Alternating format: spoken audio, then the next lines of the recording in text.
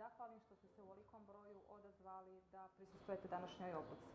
Također, željela bih da pozdravim i sve koji nas prate putem live streama i pozovem ih da u okviru chat boxa šalju svoja pitanja i komentare. Današnje predavanje na temu Cyber Security for Systems Administrators održat će gospodin Patrick Bryant, ekspert iz oblasti cyber bezbjednosti sa preko 2 decenije profesionalnog iskustva.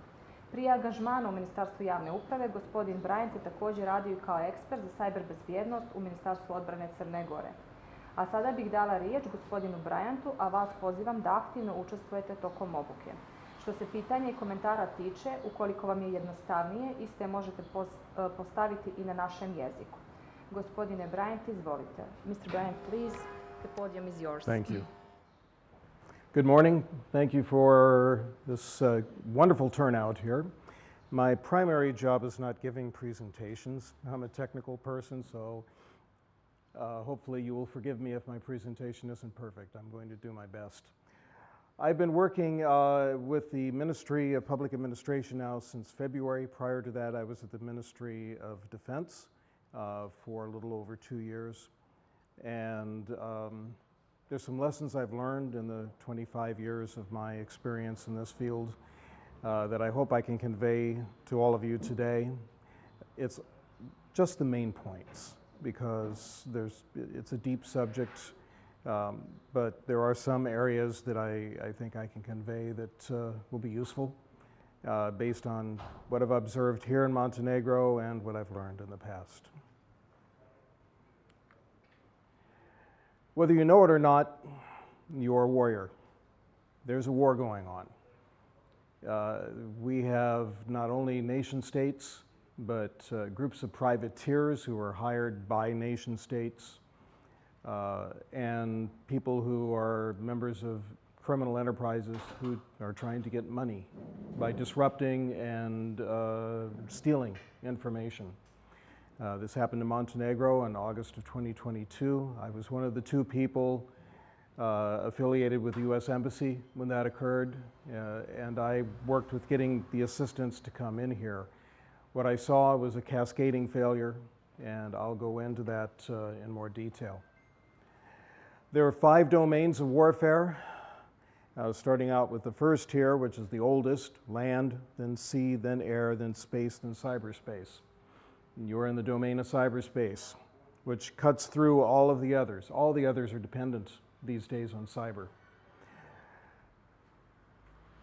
If the cyber systems are disrupted, it can impact not only a battlefield environment, but also the public services that are provided here in Montenegro, the utilities, the telecommunications. The potential for harm is very great.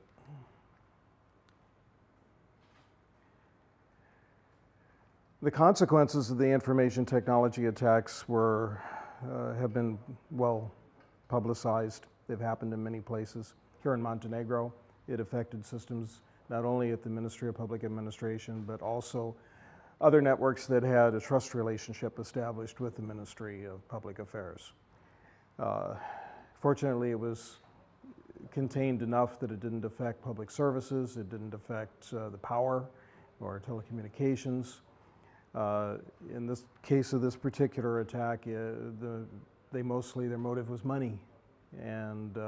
But if a adversary were to decide to go after more, it could be very severe.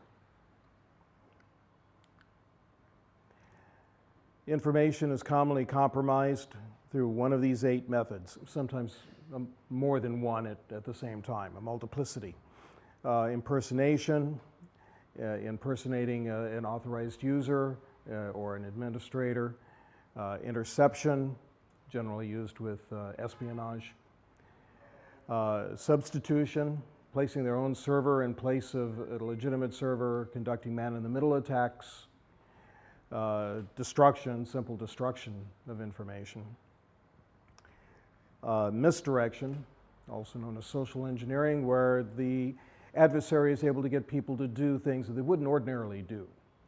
Usually they take advantage of people's desire to be helpful or their desire to not have something bad happen to them. They get an email saying your account's going to be closed if you don't respond immediately.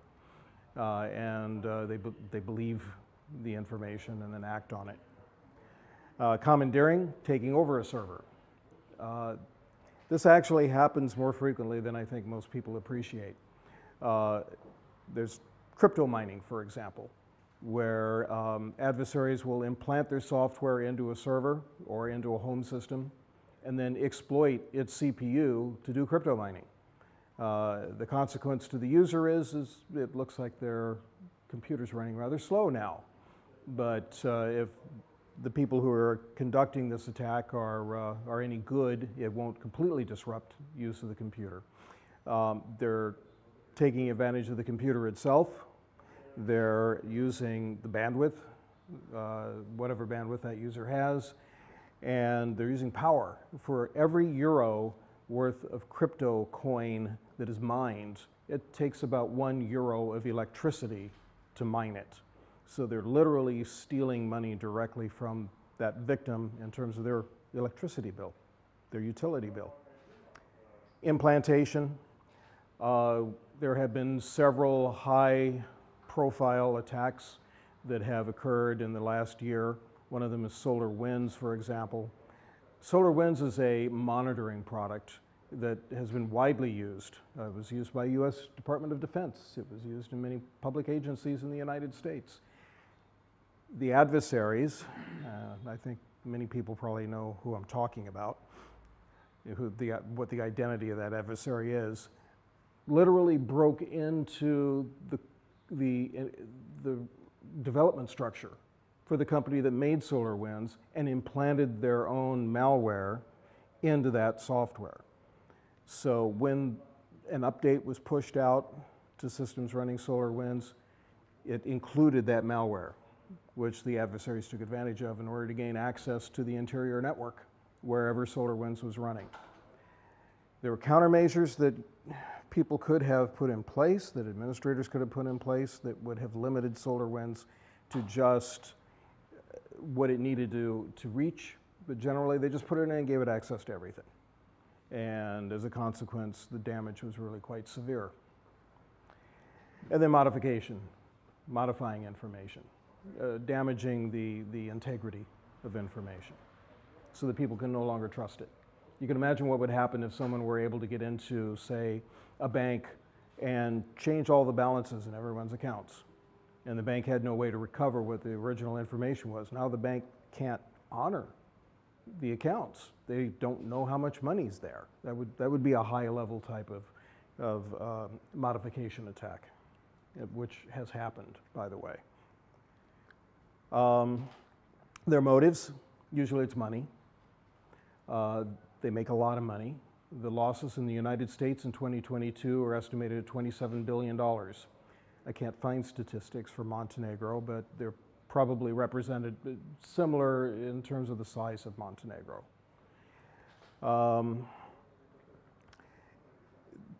These are criminal enterprises these days. They run like a business. People, when they think of hackers, they think of some overweight teenager in a basement typing away. That's not how it works these days. These are businesses, and they make a lot of money. They even have customer support.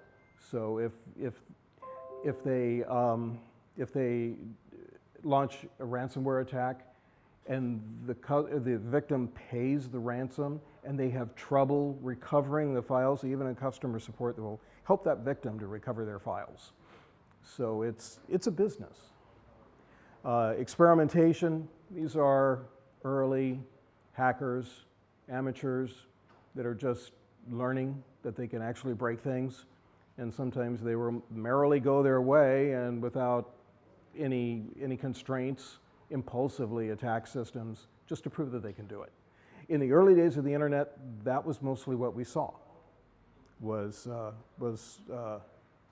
experimentation. Pardon me. Let's get back to that. Denial of service attacks, that sort of thing.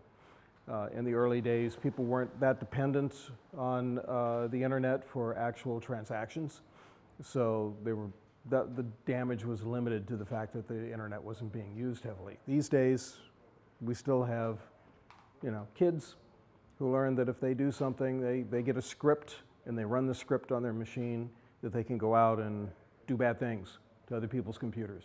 Generally, they're called script kiddies. Espionage, there's a great deal of that going on. Mostly the espionage that I have seen when I've worked in federal networks was in one of two classes. They wanted to steal something. For example, when I was at NASA, they wanted to steal research on materials that NASA was developing, or rocket designs. All of these things have crossover applications into the military.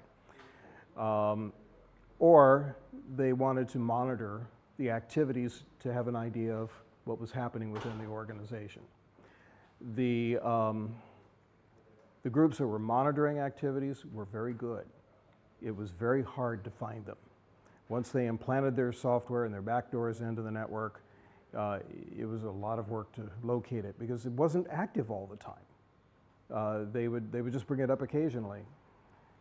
So we worked very hard to track it down. Often when we found it, we'd just watch it. We wouldn't remove it because it wasn't doing harm, and it gave us the opportunity to learn what their techniques were and then pass that on to the rest of the organization. And humiliation. In the case of what happened in August of 2022, the motives were money. They demanded ransom, which wasn't paid, and humiliation. It made the government look bad. So these are the common motives. The actors are amateurs. I already talked about script kiddies.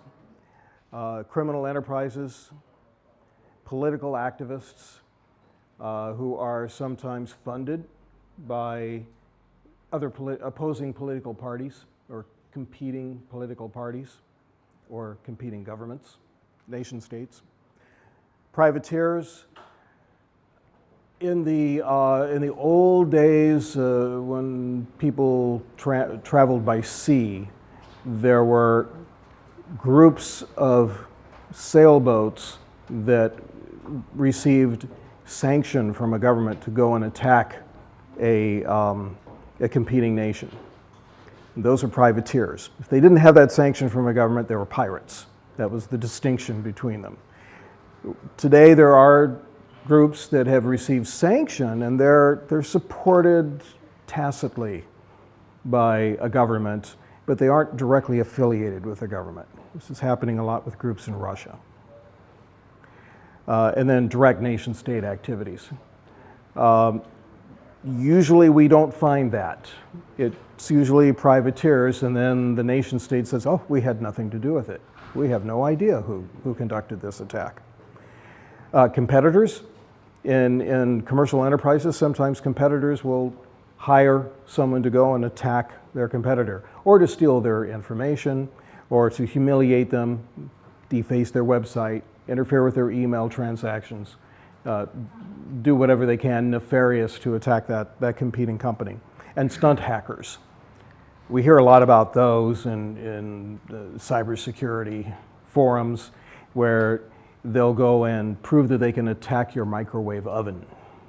And then they go on the speaking circuit and make money talking about how they attacked a microwave oven. They're usually harmless, but they degrade people's faith and confidence in the use of the technology in general. And the human factor. People are both a risk and an asset. This cartoon here illustrates that no matter how much technology you put in place, if you have a bad user who does something stupid, they can bypass all of that. And they bring in malware on their USB stick and plug it into the network. They download email and execute a link. The users need to be educated as much as possible. If you have a limited budget, the best place to spend that money is on education. You will get the greatest return for that money by educating your users. And security depends on human control. You can't replace good system administrators and good analysts with a robot. There's a great deal of effort that requires pattern analysis, knowledge, situational knowledge of how the network is normally used to identify something that is abnormal. We tend to become overly dependent on software to identify problems because the vendors go to our leaders and say, buy our wonderful software, it'll solve all your problems. And it won't. It still takes people. Don't worry about being replaced by AI anytime soon because it requires human intellect to identify problems and solve them. Establishing security foundations. The first thing is to define the functions of the systems that are on your network. I have gone into many environments after they've had an incident, and we'd look at a list of IP addresses that were generating unusual traffic and ask, what do these systems do? What are they used for? Who runs them? Who manages them? And there wasn't an answer. Then we'd ask for the network diagram so we could see what the traffic flows were within the network. They didn't have one. That makes it extraordinarily difficult to troubleshoot. You can't secure what you don't know you have. If you don't have a good inventory, then it's very difficult when an incident occurs to respond quickly and effectively. I know it's boring. Nobody likes to do inventory. There are some tools that will help you, that will help automate the process, but it's critical to have that. If you have an information security analyst who sees something bad coming from an IP address, it's critical to know quickly, what does that system do? It might eliminate it as a suspect. It might legitimately be doing something that's generating alerts, and you can go on and continue the investigation. Okay, that one's not a problem.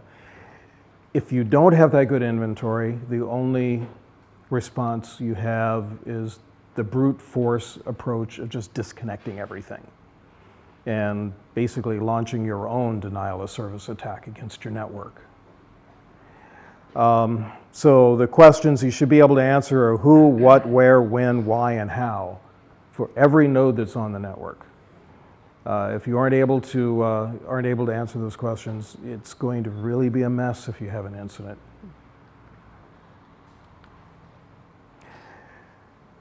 And ensuring system reliability. The two enemies of reliability are coupling, things that are interconnected, and complexity. Wherever you can make the network simple and decouple systems from one another, you're going to improve the reliability of that network. The default configuration for a network is everything gets to talk to everything else. You plug all these systems into the switch, and then when something bad happens, guess what? That one compromised system is now able to reach everything with every protocol. If you can define what should be exposed to the network, what traffic should be flowing from the node, and eliminate everything else, prohibit it, then you've greatly diminished the risk to your network. And you need to segment your network as much as you possibly can. This is an example of a disaster that occurred because of bad segmentation. This is the Titanic. It received damage in the front here. And because the bulkheads shown there in orange and black didn't go all the way to the top, the water flowed from one section to the next section until the boat finally sank. This is basically what we saw in August of 2022 at the MPA. The systems were able to attack one another across what should have been logical segments because the segmentation hadn't been put in place. And it cascaded to other ministries that had trust relationships with the MPA. So if you can define segments and then limit the traffic that's able to flow between those segments, you greatly diminish the likelihood that at least the entire network won't collapse if something bad happens. Now I'm going to take a little break. Are there any questions so far?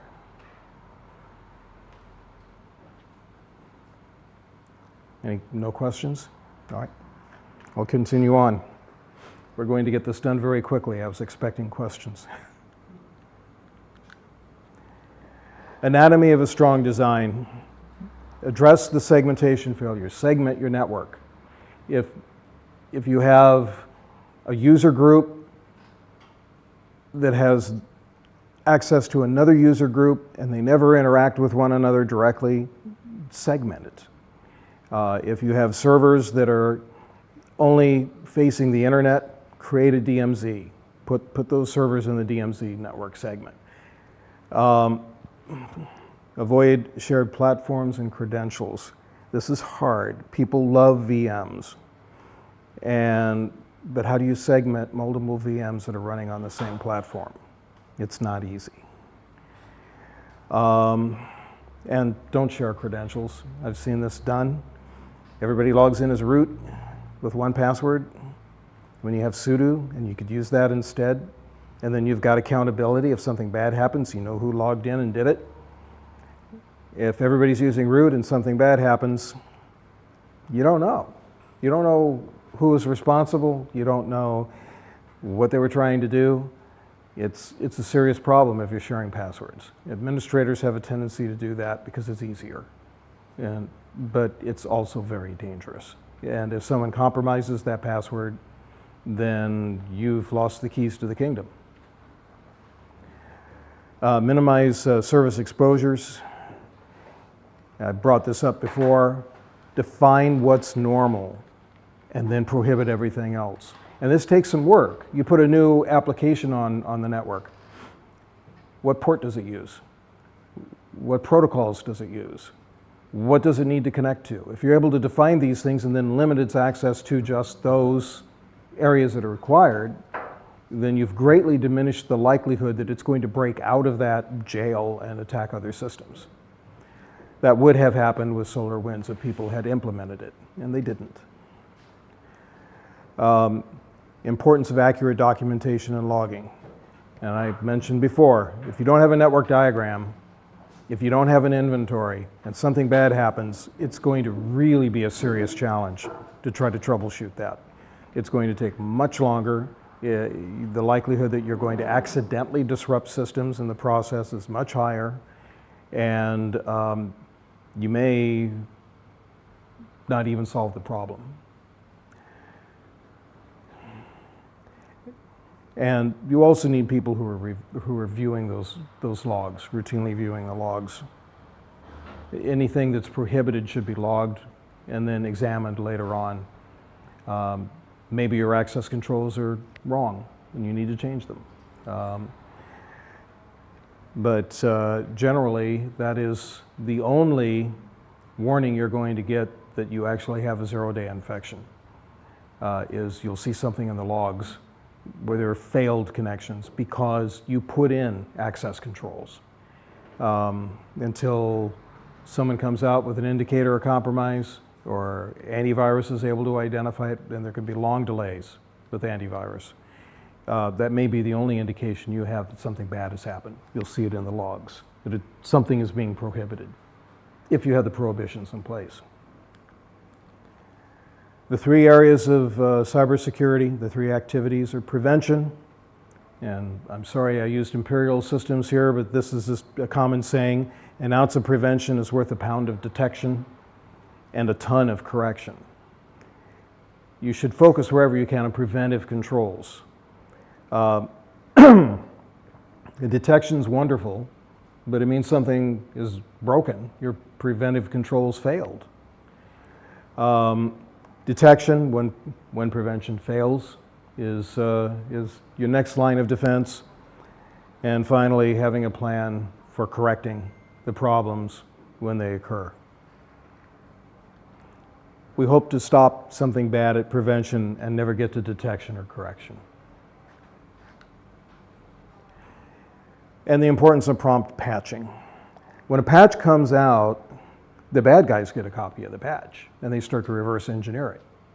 They do a delta, a comparison between what was the old version of this software and what's the new version, how do they differ, what do they change, and often they can take that information and reverse engineer the attack. So the clock is ticking. Once a patch comes out, you have a limited amount of time before your adversary is going to start launching attacks based on that patch. So it behooves you to go as quickly as you can. I understand that in many environments, people will download the patches, for example, for Microsoft, and then test them in a test environment before they actually deploy them, because the patches can break things. The Windows update has been known to break things. And you may have old legacy systems that now just aren't supported by the new update. But do that as quickly as you can. Don't take your time, because the bad guys are out there working away trying to find a way to compromise your systems. And try to avoid using habitually weak software. There are some companies that don't do a good job of making reliable software. Quote from the founder of LinkedIn, he said, "If you're not ashamed by your first release, you waited too long." I worked in Silicon Valley for 20 years. I worked with a lot of these entrepreneur companies and startups. They will push the software out long before they should. And then they just expect the customers to find the flaws and they will fix them later. Because of the way the laws work in the United States, there's no product liability. They can turn out something that's just pure garbage, and then nothing happens. There are no consequences. And if they patch it, sure, they did the best they could to fix it, but there was something wrong with their quality control to begin with to allow that flaw to get out the door. And there are some companies that just really have a bad reputation, and some software packages. For example, every system I get my hands on that I'm going to use, if it has Java on it, I remove it just immediately. That solves half the problems that could occur on that platform. And if I find later on that, well, yeah, there's some application where I need Java to make it work, which is rare these days, I'll just reinstall a fresh copy of Java, which is now updated, do what I need to do with that application, and when I'm done, remove Java again. It's not that hard to just get rid of it, and if necessary, put it in and remove it again. It's just not that hard. Adobe has had a very bad reputation. And of course, Microsoft, I wouldn't have a job if it wasn't for Microsoft. They have guaranteed my employment for 25 years. So they've gotten better, a lot better, but nevertheless, be careful of what they release. Many systems just are full of bloatware. They're full of applications that nobody is ever going to use. Remove those. If you have a gold image that you use to deploy your operating systems in your network, remove the bloatware on the gold image. Don't leave it there. Every piece of software, every application that's present on that system increases the attack surface, the area that an attacker can hit to damage the system.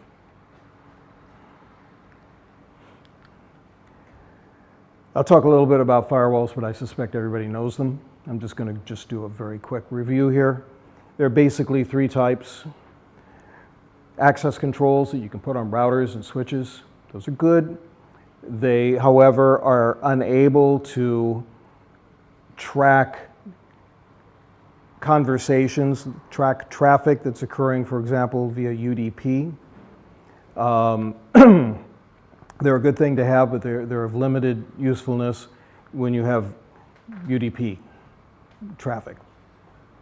Stateful inspection is better, where when traffic is established across the firewall, it creates a state table that will time out in a period of time and then close the state table. It will identify traffic that is going, for example, outbound to not inbound and permit it because it's outbound. And then it's able to identify the responses that are coming back are in response to something that was initiated from inside the network to the internet. They're much better. And deep packet inspection is best right now. There are improvements over deep packet inspection. There are refinements on deep packet inspection. But a firewall that is able to examine not only how the transaction started, how it initiated, but also what's actually inside of those packets is much more likely to identify something that's malicious.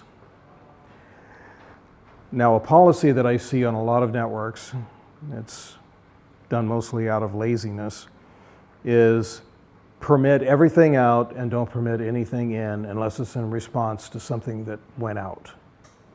That's dangerous because a lot of malware will create a reverse connection going from the inside to the outside, a reverse shell. And if that's your policy, it's going to pass right on through. Try to whitelist if you can. I know it's very hard. It makes a huge amount of work for administrators to keep that whitelist up to date. But it's better than nothing. If you can't do that, at least a blacklist will help. The problem with blacklists is that they require infinite effort to keep them up to date because it's constantly changing and it'll get infinitely large over time. And you could also make a mistake and block something that's legitimate in a blacklist. Detection challenges. Anyone who's been an information security analyst is familiar with false positives. You're inundated with them. If you're lucky, only 90% of the alerts you get about activity on the network is a false positive. That's a really good percentage. 10% are legitimate. That's excellent.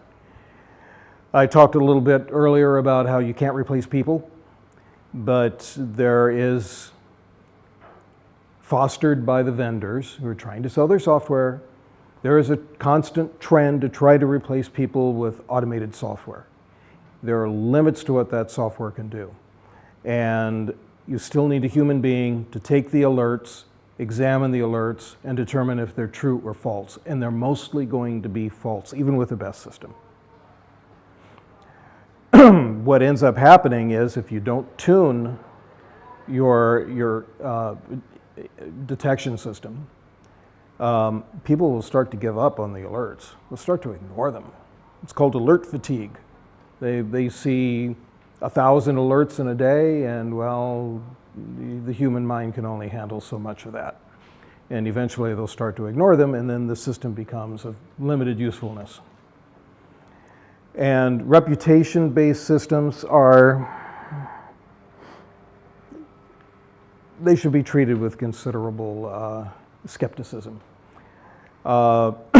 These are systems where you pull down a list of bad domains, you pull down a list of bad websites, and then you block them based on their reputation. Well, they're human beings who are writing these definitions.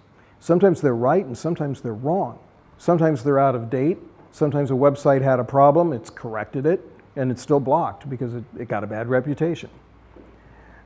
So I wouldn't just turn over my blacklist to a reputation-based system. It still requires a human being in the loop. Can't be automated. And antivirus. Fighting yesterday's war.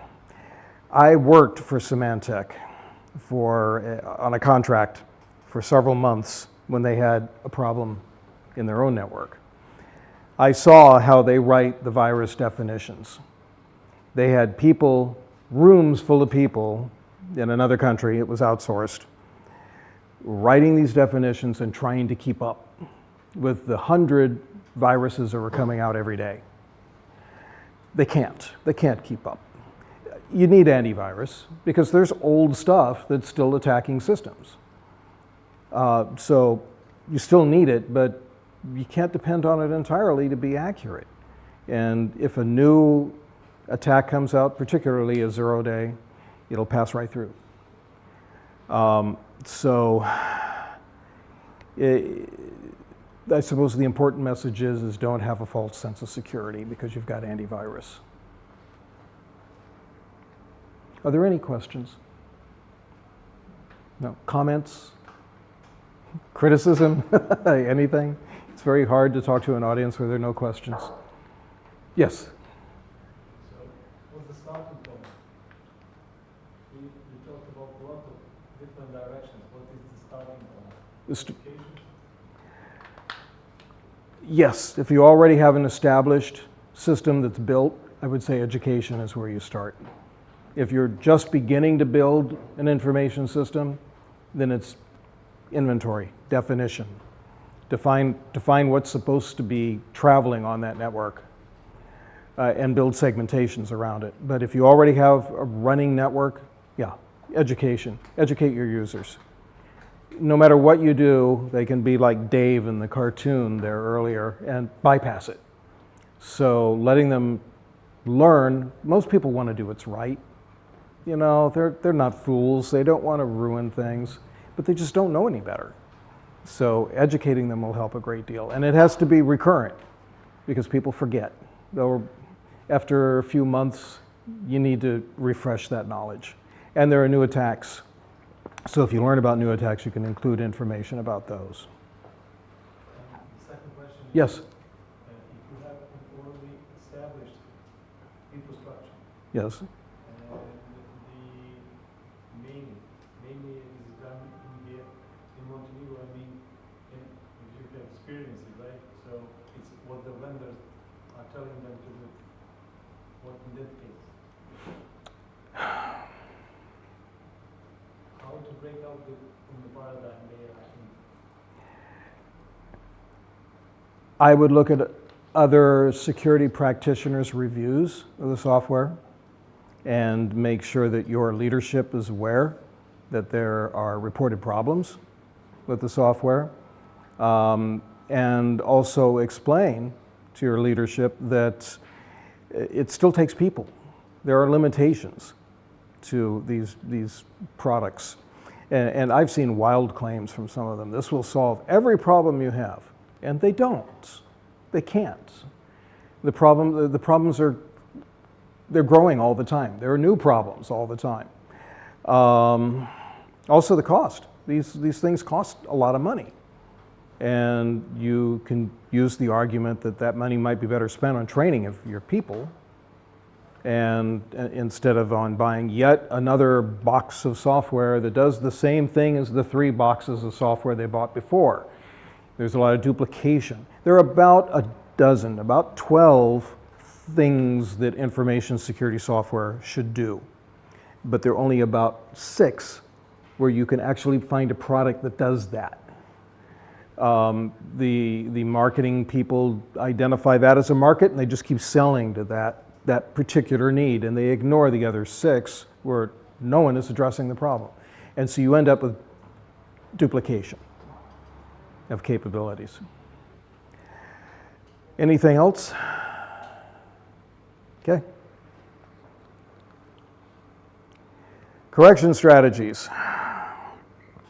So protection has failed, prevention has failed, detection has failed, and now we're dealing with correction. Have a plan. One of the things that I saw here in August of 2022 was there wasn't a plan. It wasn't defined who was going to do what.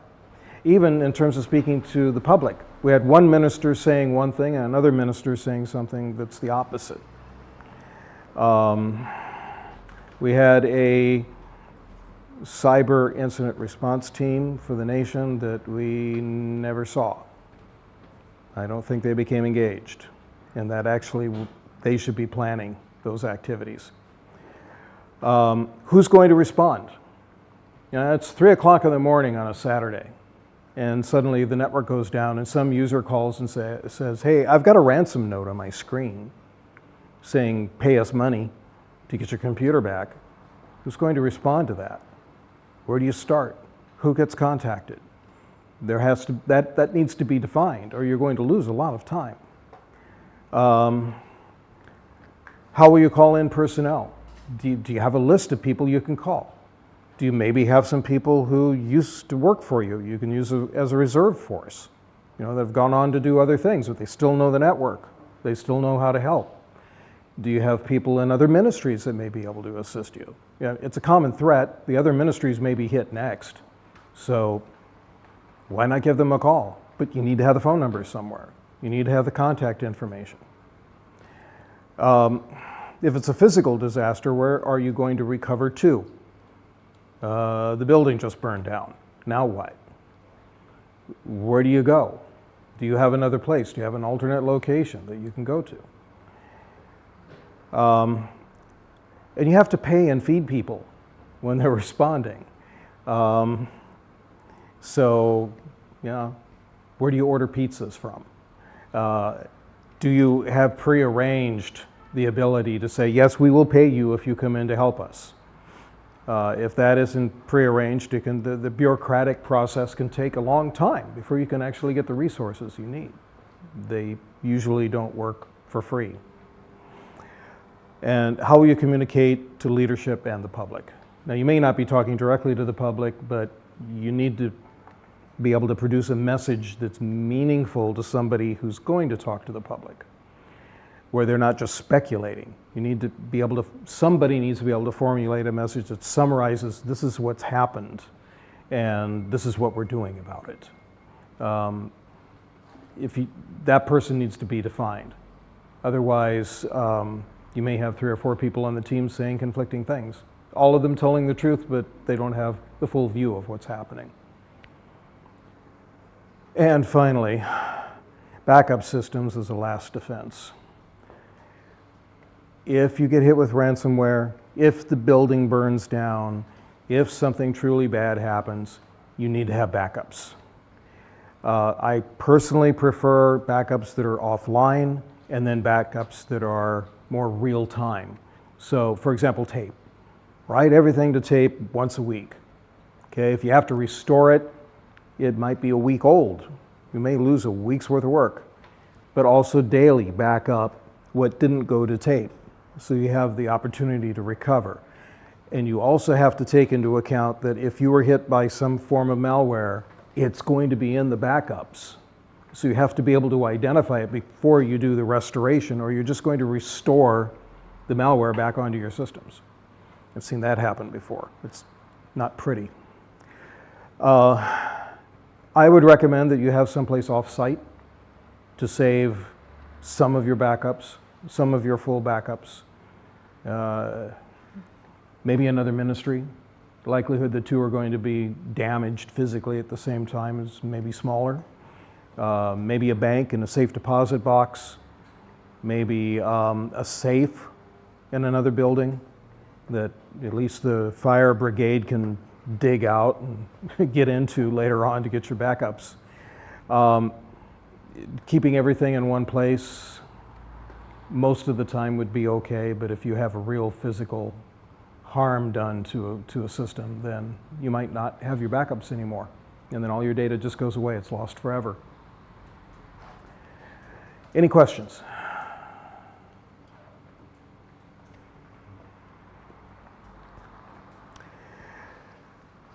Well, that pretty much concludes my presentation. I'd be happy to answer questions either now or if you want to come to me individually. I hope I've covered the high points in terms of cybersecurity, in terms of what I've learned in the field. It's a very, very broad field. It could never be covered in just a short presentation. If you're not working in the field and you're interested, I would recommend considering it because it's fascinating work. It's like playing chess with an unseen opponent, sometimes hundreds of unseen opponents. If you enjoy puzzles and games, you might have the right mentality to do the work. And there certainly is a shortage of people in the field. Thank you. Ah, yes.